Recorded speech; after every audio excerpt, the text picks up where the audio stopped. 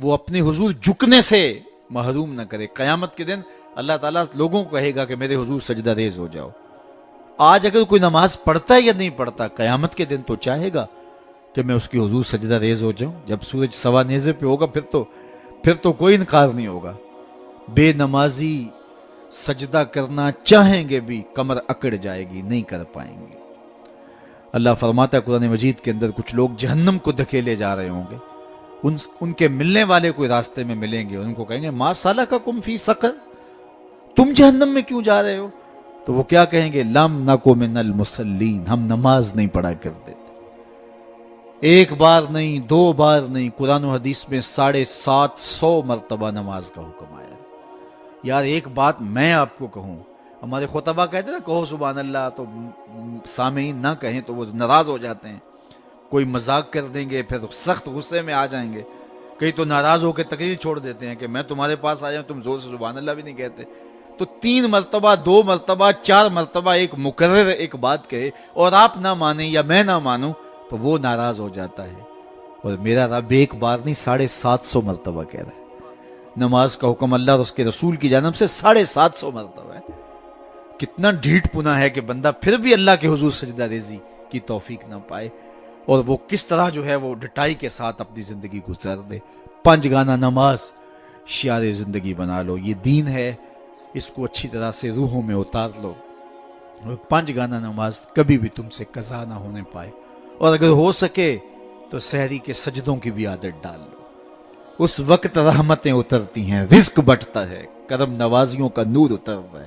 یہ جو آپ کہتے ہیں گھر میں ٹینشن بہت ہے، پریشانیاں بہت ہیں، مسائل بہت ہیں، اپنے بھی دشمن ہو گئے، شریکہ برادری نے مار دیا، کتنے مسائل ہیں.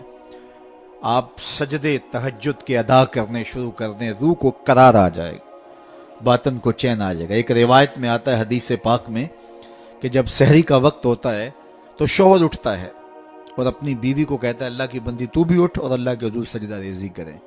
سارے دن کی تھکی ہوئی خاتون اٹھ نہیں پاتی، تو وہ خیر وضو کر کے واپس جب آتا ہے تو چلو میں تھوڑا سا پانی لے آتا ہے اور اپنی بیوی کے چہرے پہ چھڑک دیتا ہے اور مصلی بچھا کے نماز پڑھنے لگ جاتا ہے. تو بیوی اٹھتی ہے، دیکھتی ہے کہ میرا شوہر نماز پڑھ رہا ہے، تو اس کو بھی خیال آتا ہے، تو وہ بھی اٹھتی ہے، وضو کرتی ہے، شوہر کے قریب مصلی بچھا کے وہ بھی نماز پڑھنے لگ جاتی ہے. سحری کا وقت ہے، نیم اندھیرا ہے، کوئی دیکھنے والا نہیں. کبھی شوہر سجدے میں ہے، کبھی بیوی قیام میں، کبھی وہ رکوع میں ہے، کبھی یہ قومے میں ہے، کبھی وہ جلسے میں ہے. دونوں اللہ کے حضور سجدہ ریزیاں کر رہے ہیں. حدیث پاک میں آتا ہے دونوں کو دیکھ کے رب مسکرا رہا ہوتا ہے. اپنی شان کے مطابق اللہ خوش ہو رہا ہوتا ہے کہ میرا بندہ اور میری دہلیز کی باندی کس قدر میرے حضور سجدہ ریزیاں کر رہے ہیں. تو صاحبو آؤ اپنی پیشانیوں کو سجدوں کے نور سے مالا مال کریں. کتنی زندگی ہم گزار چکے ہیں، تھوڑا وقت باقی ہمارے پاس، بہت وقت گزار چکے ہیں. نہ جانے اٹھنے والا اگلا قدم کہاں ہے. آج موقع ہے، کل نہیں ہوگا. وقت پر کافی ہے قطرہ بھی آب خوش ہنگام کا. جل گیا جب کھیت برسا می تو پھر کس کام کا. پھر پچھتاوے سے کیا، آج کا پچھتاوا کل کی بہتری کی ضمانت ہوگی. کل کا پچھتاوا حسرت اور دکھ کو بڑھانے کے علاوہ اور کچھ نہیں ہوگا. آج لے ان کی پناہ، آج مدد مانگ ان سے، کل قیامت کو نہ مانیں گے اگر مان گیا. اقبال نے کہا تھا موسم اچھا پانی وافر مٹی بھی زرخیز، جس نے اپنا کھیت نہ سینچا وہ کیسا دہقان. آج موقع ہے، آج فرصت ہے. وہ ایک فقیر تھا، وہ بازار میں کھڑا رو رہا تھا تو کسی نے روک کے کہا بابا کسی نے مارا ہے؟ کہا نہیں کوئی ایسی بات نہیں ہوتی. کیوں رو رہے ہو؟ کہا بس ان کے رویے نے رلا دیا. کیا مطلب؟ کہا گزر رہا تھا، ان کو دنیا میں کھوئے ہوئے دیکھا، دل میں ترس جاگا، تو میرے خیال میں آیا ان بندوں کی رب سے صلح نہ کروا دوں. تو پھر کہا میں نے اس سے بات کی تو آواز آئی لے آ میری چوکھٹ پہ، ایک آنسو سے سارے گناہ معاف کر دو. لے آ میری چوکھٹ. میں بڑا خوش ہوا، بہت خوش ہوا، اور میں نے ان سے کہا کہ آؤ اس کی چوکھٹ پہ، وہ تو معاف کرنے پہ آمادہ ہے. تو میں تو بڑی خوشی سے ان کو یہ خبر دی. یہ الٹا میرا مذاق اڑانے لگے، جا بابا کام کر، تجھے کیا پتا دنیا داری کیا ہوتی ہے، بچے بھی تو پال لیں، تم آ کے ہمارے سر پہ کھڑے ہو گئے. یہ الٹا میرا مذاق اڑانے لگے، مجھے کوسنے دینے لگے. وہ تو مان رہے، یہی نہیں مان رہے. تو مجھے ان کے رویے پہ رونا آ گیا. اگلے دن وہی شخص قبرستان کے قریب سے گزرا، دیکھا کہ وہی بابا قبرستان میں کھڑا رو رہا ہے. تو پھر رک گیا، کہا بابا بازاروں میں بھی روتا ہے، قبرستانوں میں بھی روتا ہے. آج کیا ماجرا ہوا؟ کہا کہانی کل والی ہے. کہا کیا مطلب؟ کہا کل ان سے مایوس ہو گیا، آج صبح اٹھا تو ادھر آ گیا. میرا خیال یہ ہوا چلو وہ نہیں مانے تو قبرستان والوں سے بات کرتے ہیں. تو میرا یہ خیال ہوا ان کی اور رب کی صلح کروا دو. تو کہا پھر آج کیا بنا؟ کہا آج یہ مان گیا وہ نہیں مانتا. آج وہ مان رہا ہے ہم بھی مان جائیں. کل ہم مانیں گے لیکن وہ نہیں مانے گا. قبل اس سے کہ وہ وقت آئے، کوئی حجت باقی نہ رہے، تھوڑا سا وقت ہے. وہ کسی نے کہا نا اج سا بھی نے کھلے راہ بھی نے انج ٹوک نوکھڑے ٹکنے نہیں. ٹر پویں تے پینڈے مک جاندے کار بیٹھیاں فاصلے مکنے نہیں. آج میرے پاس بھی وقت ہے، آپ کے پاس بھی وقت ہے. اپنی مختصر زندگی کو اللہ اور اس کے رسول کے نام لگا دیں. یہی میسج ہے. یہ میلاد کا میسج بھی ہے، یہ معراج کا میسج بھی ہے، یہ 10 محرم کا میسج بھی ہے، یہ کربلا کا میسج بھی ہے، یہ 11ویں کا میسج بھی ہے، یہ 12ویں کا میسج بھی ہے کہ اللہ اور اس کے رسول سے جڑ جاؤ. اور اگر یہ نہیں ہے تو پھر کیا فائدہ ہمارا بیٹھنے کا، اور کیا فائدہ ہمارے اجتماع اور جلسے منعقد کر. پھر ہماری ذات کے چسکے ہوں گے، ہمارے کانوں کی لذت رہ جائے گی. میں آؤں گا تو آپ کھڑے ہو جائیں گے، نعرے لگائیں گے، میرا نفس پلتا رہے گا کیا بات ہے میں تو بہت بڑا ہوں. اللہ کے رسول کی نعت رک جائے گی، میری تعظیم کے لیے لوگ کھڑے ہو جائیں گے. اس سے مجھے بھی نشہ ملے گا اور لوگوں کو بھی لذت ملے گی. صاحب نہیں، ہم سب غلام ہیں، نوکر ہیں. رضا ثاقب بہت بڑا ہوگا، رسول اللہ کی نعت سے بڑا نہیں ہے. حضور نے ارشاد فرمایا جو شخص یہ چاہے کہ لوگ میرا کھڑے ہو کے استقبال کریں وہ اپنا ٹھکانہ جہنم میں تلاش کر لے. یہ چھوٹی وعید ہے، یہ رونگٹے کھڑے کر دیتی ہے. بلکہ نفس کی چالیں تو اتنی باریک ہیں کہ حضرت بایزید بستامی بولے کہ میں نے ایک دن اپنے نفس سے کہا کہ میں تجھے غذا بھی نہیں دیتا، تو پھر بھی اتنا موٹا تازہ کیوں ہے؟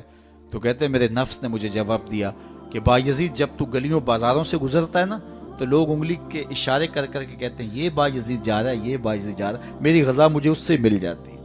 اس کی تو چالیں بڑی باریک ہیں. واہ واہ بڑا جلسہ کروایا جی، کمال ہو گئی، منتظمین اس پہ راضی ہو گئے. صاحب اس کی ضرورت نہیں ہے. ضرورت یہ ہے کہ کیا میرے عمل میں تبدیلی آئی، میری زندگی میں کوئی تبدیلی آئی، میری پیشانی کو سجدہ نصیب ہوا یا نہیں ہوا، میں اپنے پچھلے گناہوں پہ نادم ہوا ہوں یا نہیں ہوا، مجھے شرمندگی ہوئی ہے یا نہیں ہوئی، میں نے قبر کے لیے کوئی روشنی تلاش کی ہے کہ نہیں کی. قبر کے چراغاں کا بھی تو اہتمام کرنا ہے، وہاں کی بھی تو روشنی اکٹھی کرنی ہے. وہاں بھی تو سخت اندھیرا ہے، وہاں تو وحشت ہے.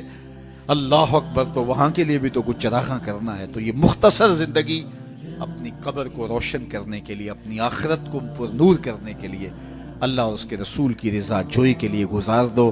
اقبال کے سارے کلام کا رس نہ چھوڑیں تو خلاصہ یہ نکلتا ہے کہ محمد سے وفا تو نے تو ہم تیرے ہیں، یہ جہاں چیز ہے کیا لوح و قلم تیرے ہیں. کہا ان سے وفا کر لو، پھر قلم بھی تمہیں دے دیں گے، تختی بھی تمہیں دے دیں گے، جو لکھنا ہوا خود ہی لکھ لینا. پھر تیری تقدیر کے فیصلے واشنگٹن میں نہیں ہوں گے، بلکہ خدا بندے سے خود پوچھے گا بتا تیری رضا کیا ہے. شرط یہ ہے کہ جب دل کا رشتہ حضور سے جڑ جائے، قرآن اور صاحب قرآن سے جڑ جائے. آئیے میں اور آپ اپنی زندگی کو ان کے نام لگائیں. نماز عشاء کا وقت ہوا چاہ رہا ہے.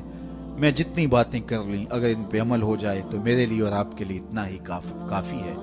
اللہ ہمارے مولانا طاہر صاحب کو درجوں کی بلندیاں عطا کرے، ان کے کام کو قبول کرے، ان کے رفقا، اراکین انجمن اور آپ جتنے لوگ تشریف لائے، آپ سب کو اس محفل کی برکتیں عطا دیں. اپنی نسلوں کو بچاؤ، اپنے بچوں کو درود و سلام کی لوریاں دو اور ان کو حضور علیہ الصلوۃ والسلام کی محبت سکھاؤ، اور کبھی سجدے سے انہیں دور نہ رہنے دینا.